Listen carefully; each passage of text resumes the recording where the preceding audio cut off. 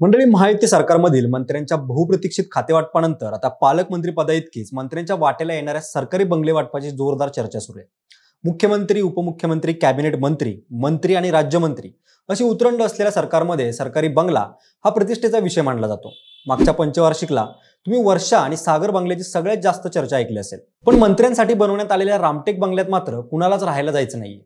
दरम्यान काय आहे त्याची रंजक कहाणी थोडक्यात पाहूयात। नमस्कार, मी अक्षय आणि तुम्हाला तर माहिती आहे आपला विषयच भारी आहे। मंडळी, इतक्या दिवस मंत्रालयातील 6व्या मजल्यावरील 602 क्रमांकाचं दालन त्याच्याबद्दल असलेल्या शुभ अशुभ समज गैरसमजाबद्दल फेमस होतं।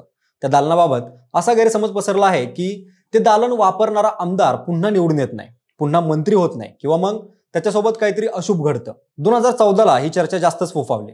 खरं तर मुख्यमंत्र्याच्या दालनानंतर ते सर्वात मोठं दालन आहे, पण तिथं कोणी जाण्यास तयार होत नाही।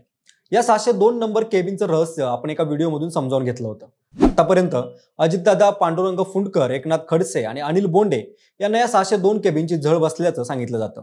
सध्या खातेवाटपानंतर सातारा जावळीचे आमदार शिवेंद्रराजे भोसले यांना ते दालन मिळाले आणि ते आता तिथं मुक्काम हलवणार का याकडे सगळ्यांचं लक्ष लागले। पण 602 केबिन नंतर आता रामटेक बंगल्याबाबत सुद्धा असंच गैरसमज समोर आलेले आहेत। चंद्रशेखर बावनकुळे यांनी त्यांच्या वाटेला आलेला रामटेक बंगला नाकारला असून आता तो पंकजा मुंडे यांच्या वाटेला गेल्याचं बोललं जातंय। पण कुणीही मंत्री त्या रामटेक बंगल्यात जायला तयार नाहीये। आता त्याचं नेमकं काय कारण आहे यावर चर्चा करू। तर एका बाजूला सागर, दुसऱ्या बाजूला देवगिरी, राज्याचे मुख्यमंत्री आणि उपमुख्यमंत्री या दोघांचाही शेजार लाभलेला रामटेक बंगला। समुद्र किनाऱ्याचा मंद वारा झोंबणारा हा जुना आणि प्रशस्त बंगला, तसा दिसायला दिमागदार, पण एवढ्या दिमागदार बंगल्यात राहायला येण्याकरता कोणताही मंत्री सहजासहजी तयार होत नाही।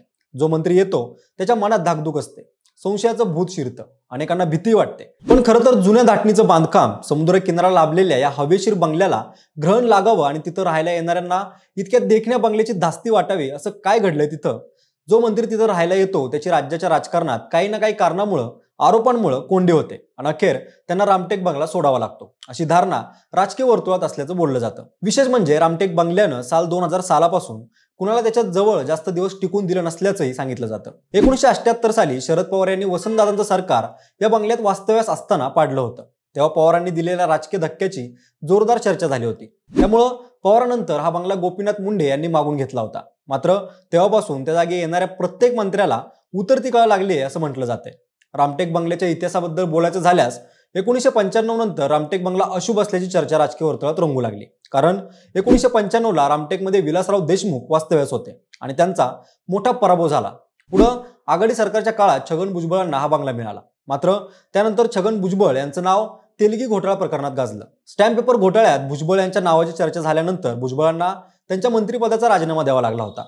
पुढे 2014 मध्ये फडणवीस सरकारचे तत्कालीन महसूल मंत्री एकनाथ खडसेंना रामटेकवर मुक्काम करण्याचा योग आला आणि पुढच्या काही काळात त्यांचं भोसरी भूखंड घोटाळ्यात नाव समोर आलं। त्यावेळी खडसेंवर वेगवेगळे आरोप झाले। एकनाथ खडसेंच्या पीएवर सुद्धा भ्रष्टाचाराचे आरोप झाले। एकनाथ खडसेंना बंगल्यासोबतच मंत्रिपदावर देखील पाणी सोडावं लागलं। त्यानंतर आज तागायत एकनाथ खडसे राजकारणात उभारी मिळू शकले नाहीयेत असं म्हटलं जातं। अजूनही त्यांची ससे होलपट सुरूच आहे। मागच्या महायुती सरकारच्या काळात दीपक केसरकरांना शालेय शिक्षण मंत्रीपद मिळालं आणि सोबतीला रामटेक बंगलाही।